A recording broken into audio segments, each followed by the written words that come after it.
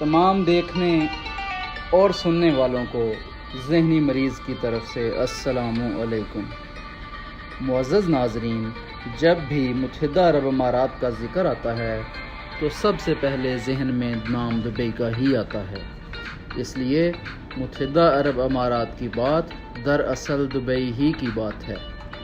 اگرچہ Dubai, Abu Dhabi, Sharjah اور دوسری ریاستوں کا بھی ایک اپنا مقام ہے، لیکن دبئی بس دبئی ہی ہے۔ ان ریاستوں کو 1 اکتوبر 1971 کو برطانیہ سے آزادی ملی تھی اور اگلے ہی دن یعنی 2 اکتوبر کو 6 ریاستوں نے اتحاد بنا لیا تھا۔ 7ویں ریاست راس الخیمہ 10 فروری 1972 کو اتحاد میں اس وقت شامل ہوئی جب ایران کی بحری فوج نے کچھ جگہوں پر یہ کہہ کر قبضہ کر لیا کہ یہ اس کی ملکیت ہے۔ راس الخیمہ اور شارجہ نے ان علاقوں پر اپنی ملکیت کا دعویٰ کیا۔ اس طرح ان دونوں ریاستوں کا اتحاد میں شامل ہونے کے ساتھ ساتھ ایران سے علاقوں کا تنازع بھی اس کے حصے میں آیا، جو آج تک جاری ہے۔ ان ریاستوں کے رہنماؤں نے 1820 سے لے کر 1890 تک برطانیہ سے مختلف معاہدوں پر دستخط کیے تھے تاکہ برطانیہ انہیں بحفاظت تجارت کرنے کی سہولت فراہم کرتا رہے۔ ناظرین گرامی، انڈیا کے جواہر لال نہرو یونیورسٹی کے director of golf study professor بادشاہ کے مطابق دبئی میں تقریباً 100 سال قبل علاقے کے تاجر، چاہے وہ ہندوستان کے ہوں یا عراق کے ہوں، سب یہاں آ کر آہستہ آہستہ جمع ہوتے تھے، تو یہ تجارت کا گھر بنتا گیا۔ ناظرین، جب برطانیہ نے یہاں تیل دریافت کیا تو ابوظہبی کے حکمران شیخ زید بن سلطان اور دبئی کے شیخ راشد المخدوم اور امارات کے دوسرے رہنماؤں کو آمدنی آنے لگی۔ بعد میں شیخ زید متحدہ عرب امارات کے پہلے صدر اور شیخ راشد پہلے نائب صدر بنے۔ بھارتی مورخین کے مطابق دبئی کے لوگ موتیوں کی تجارت کرتے تھے اور آس پاس کے علاقوں میں جا کر انہیں بیچتے تھے۔ اس طرح دوسرے تاجر یہاں آتے اور اپنی اشیاء بیچتے۔ اسی طرح علاقے میں تجارت کا ایک اور نیٹ ورک بن چکا تھا اور تاجر چاہے کویت سے ہوں یا بصرہ سے، وہ ہندوستان کے شہر گجرات یا کیرلا جاتے ہوئے دبئی میں ضرور رکتے تھے۔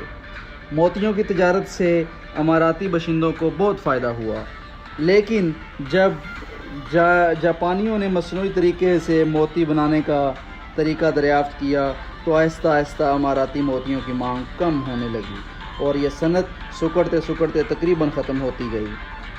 تیل کی دریافت کے بعد بہت سے اماراتی باشندوں نے موتیوں کی صنعت کو چھوڑ کر تیل کے سیکٹر میں تجارت شروع کر دی، اور جب 1971 میں انہیں برطانیہ سے آزادی ملی تو اس کے بعد تیل کی پیداوار اچانک بڑھ گئی، جس سے علاقے کی معیشت کو بھی سہارا ملا اور دبئی تجارت کا گڑھ بن گیا۔ پیارے دوستو، آپ کو بتاتے چلیں کہ پاکستان کے نامور فلم رائٹر ریاض بٹالوی کو 1979 میں اندازہ ہو گیا تھا کہ دبئی آگے جا کر دنیا میں ایک ایسا مقام بنانے والا ہے کہ اس کی طرف لوگ دوڑے آئیں گے اور دنیا اس کی طرف لپکے گی۔ انہوں نے دبئی کی آزادی کے صرف 8 سال بعد ہی سپر ہٹ فلم دبئی چلو بنائی، جسے آج تک پاکستان کی کامیاب ترین فلموں میں شمار کیا جاتا ہے۔ فلم کی کہانی جو بھی ہو، لیکن دبئی چلو نے پاکستان اور انڈیا کی عوام کو ایسی راہ دکھائی کہ اب تک متحدہ عرب امارات میں سب سے زیادہ تعداد انڈیا اور پاکستان کی ہے۔ 2021 میں کیے گئے مختلف جائزوں میں متحدہ عرب امارات کے کل 90,99,000 کی آبادی میں تقریباً 28 لاکھ انڈین اور تقریباً 13 لاکھ پاکستانی ہیں، جو کہ کل آبادی کا تقریباً 40% بنتا ہے۔ جس ملک میں 1979 میں صرف دھول اڑتی تھی، جہاں صرف 1 یا 2 سٹوری کے گھر ہوتے تھے، اب وہاں پوری دنیا کے تقریباً 200 کے قریب قومیتیں آباد ہیں اور بڑی بڑی بلڈنگیں دیکھنے کو ملتی ہیں۔ آخر اس کی کیا وجہ ہے؟ دبئی میں جس سے بھی پوچھیں تو جواب ملتا ہے کہ یہ دبئی اور ابوظہبی کے حکمرانوں کے ویژن کا نتیجہ ہے۔ انہوں نے آزادی کے بعد ہی فیصلہ کر لیا تھا کہ ملک کو کامیاب بنانا ہے اور کہاں تک لے کر جانا ہے۔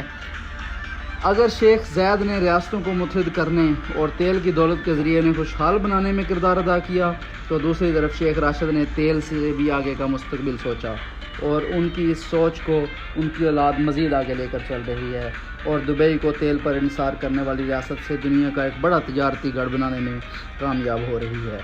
آج کے لیے صرف اتنا ہی۔ پیارے دوستو، ہمارا چینل سبسکرائب کریں تاکہ تمام معلوماتی ویڈیوز آپ تک بآسانی پہنچتی رہیں۔ شکریہ۔